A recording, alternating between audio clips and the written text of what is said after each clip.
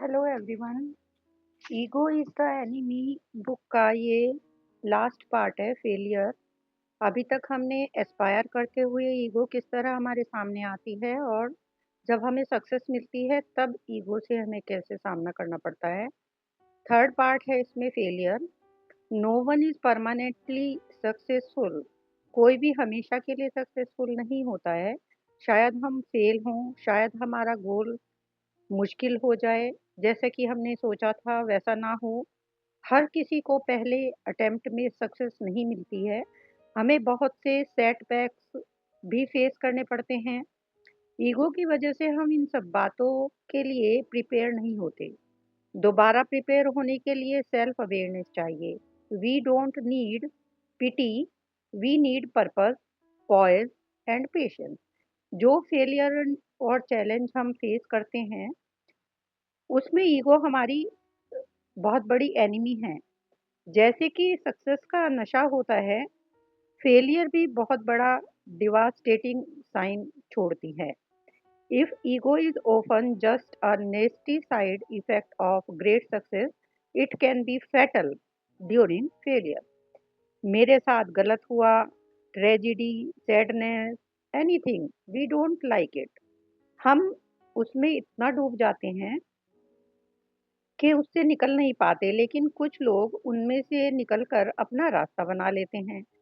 Trial के समय बहुत कुछ सहना पड़ता है। वो परेशानी जिसे हैंडल करना आसान नहीं होता, पर हमें उसे एक्सेप्ट करना चाहिए। खुद को उसमें से निकलने के लिए पुश करना चाहिए। सक्सेस तक या विजय तक पहुंचने वाला रास्ता हमेशा फेलियर से होकर ही गुजरता है। ईगो हमें कहती है लाइफ फेयर नहीं है।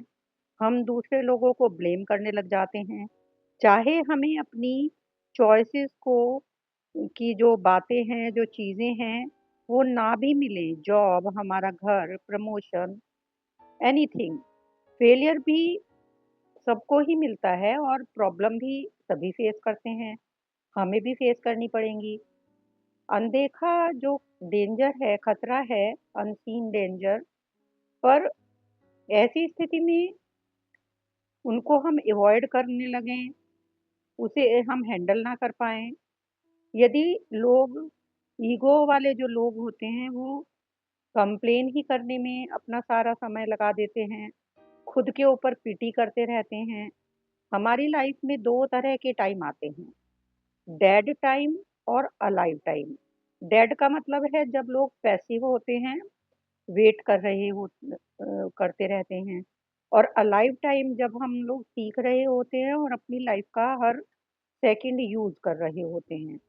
हम हर चीज़ को कंट्रोल नहीं कर सकते। डेड टाइम को रिवाइव कर सकते हैं जब हम उसे अपॉर्चुनिटी में बदल देते हैं। कुछ मीनिंगफुल काम करने के बाद जब कोई सक्सेस मिलेगी, तो हम उस डेड टाइम को अलाइव टाइम में बदल देंगे। This moment is not your life, but it is a moment in your life. कुछ लोग उस समय को सिर्फ सोचने में लगा देते हैं और खुद को बेटर ना बनाकर वेस्ट कर देते हैं। हमारी चॉइस ही हमारे कैरेक्टर के बारे में बताती है। उसे पर्पस के लिए यूज करना है या फेल होना है।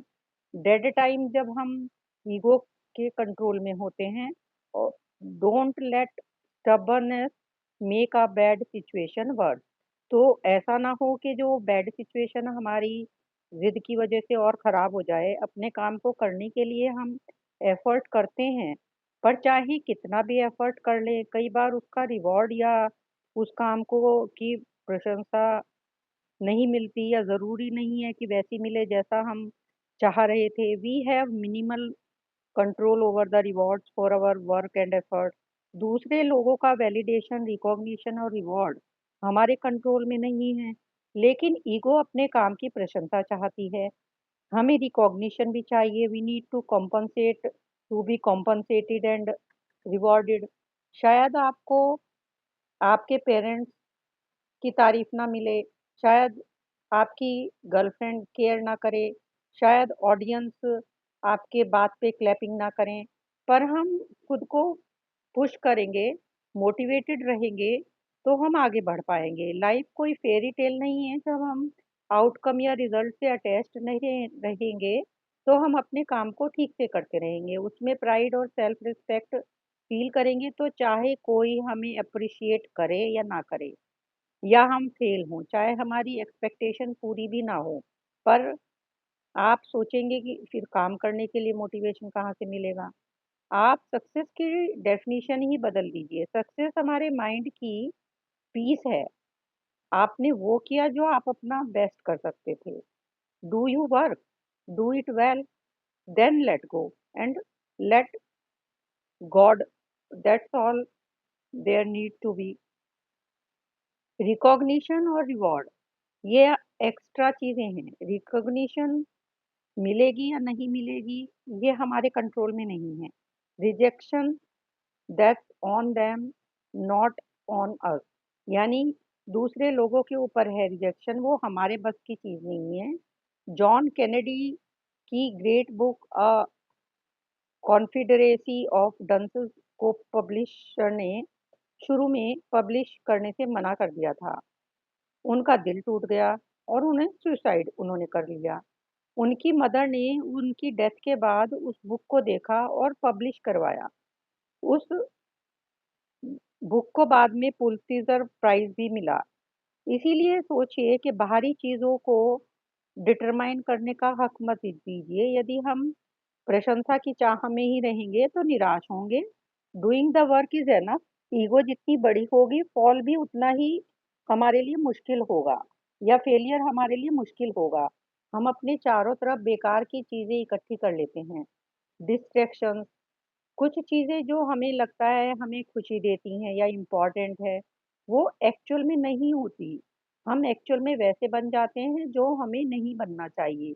We should become and engage in destructive awful behavior। हमें उसमें नहीं उलझना चाहिए।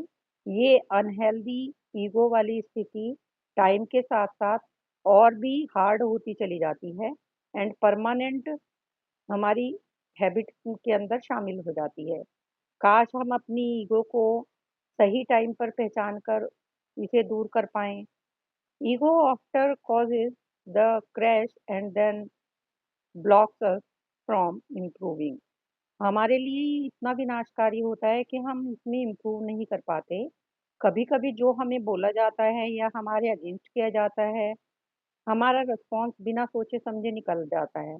हम वो बातें सह नहीं पाते, वी एस्केलेट।